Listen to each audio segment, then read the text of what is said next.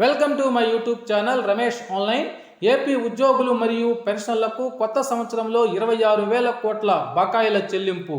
IR మరియు పిఆర్సీలతో ఉద్యోగులు మరియు పెన్షన్లకు ఉపశమనం అనే హెడ్లైన్తో ఉన్నటువంటి వీడియోని అయితే మనం చూస్తున్నాం. చూసే ముందుగా ఫ్రెండ్స్ ఎవరైనా ఫస్ట్ టైం మన ఛానల్ని విజిట్ చేసినట్లయితే తప్పకుండా సబ్స్క్రైబ్ చేసుకోండి. అదేవిధంగా వీడియో మీకు నచ్చినట్లయితే ఒక లైక్ చేయండి. ఇక విషయంలోకి వచ్చినట్లయితే బకాయిల చెల్లింపు పరిస్థితి. ఆంధ్రప్రదేశ్ రాష్ట్ర ప్రభుత్వ ఉద్యోగులపై చెల్లించాల్సిన మొత్తం బకాయిలు దాదాపు 26,000 కోట్ల రూపాయలుగా లెక్కించబడిన విషయం తెలిసిందే.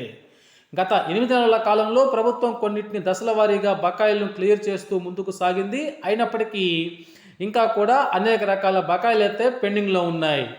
కేబినెట్ భేటీ జనవరి 2, 2025.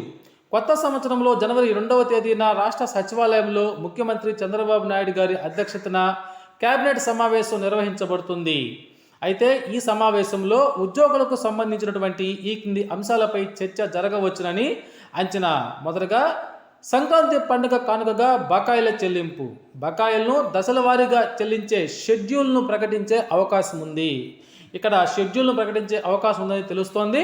ముఖ్యంగా సంక్రాంతి పండుగను దృష్టిలో ఉంచుకొని ఉద్యోగులకు ఉపశమనం కలిగించేటువంటి చర్యలను తీసుకునేటువంటి అవకాశం ఉందని కూడా అందరూ భావిస్తూ ఉన్నారు.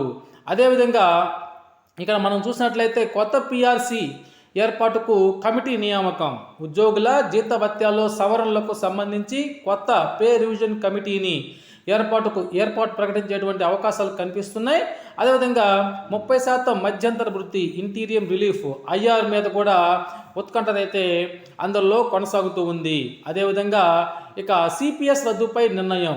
ఉద్యోగ సంఘాల ప్రధాన డిమాండ్ అయినటువంటి సిపిఎస్ రద్దు అంశం ఇంకా పెండింగ్లోనే ఉంది. దీనిపై ప్రభుత్వం ఎటువంటి స్పష్టమైనటువంటి నిర్ణయం తీసుకోలేదు. ఎటువంటి నిర్ణయం తీసుకుంటుందా అనే ఆసక్తి అందరిలో అయితే ఉంది. అదేవిధంగా బకాయిలు క్లియర్ చేయడానికి రోడ్ మ్యాప్ అనే మరొక అంశం చూస్తున్నాం.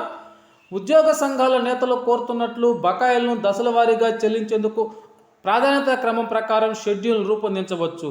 మొత్తం బకాయిలను ఒకేసారి చెల్లించడం సాధ్యం కాకపోయినా దానికి సంబంధించినటువంటి స్పష్టమైన కార్యాచరణ ప్రకటించాలని ఉద్యోగులైతే విజ్ఞప్తి చేస్తున్నారు. ఇక ప్రభుత్వ హామీలు నెరవేర్చడంలో ఆలస్యం.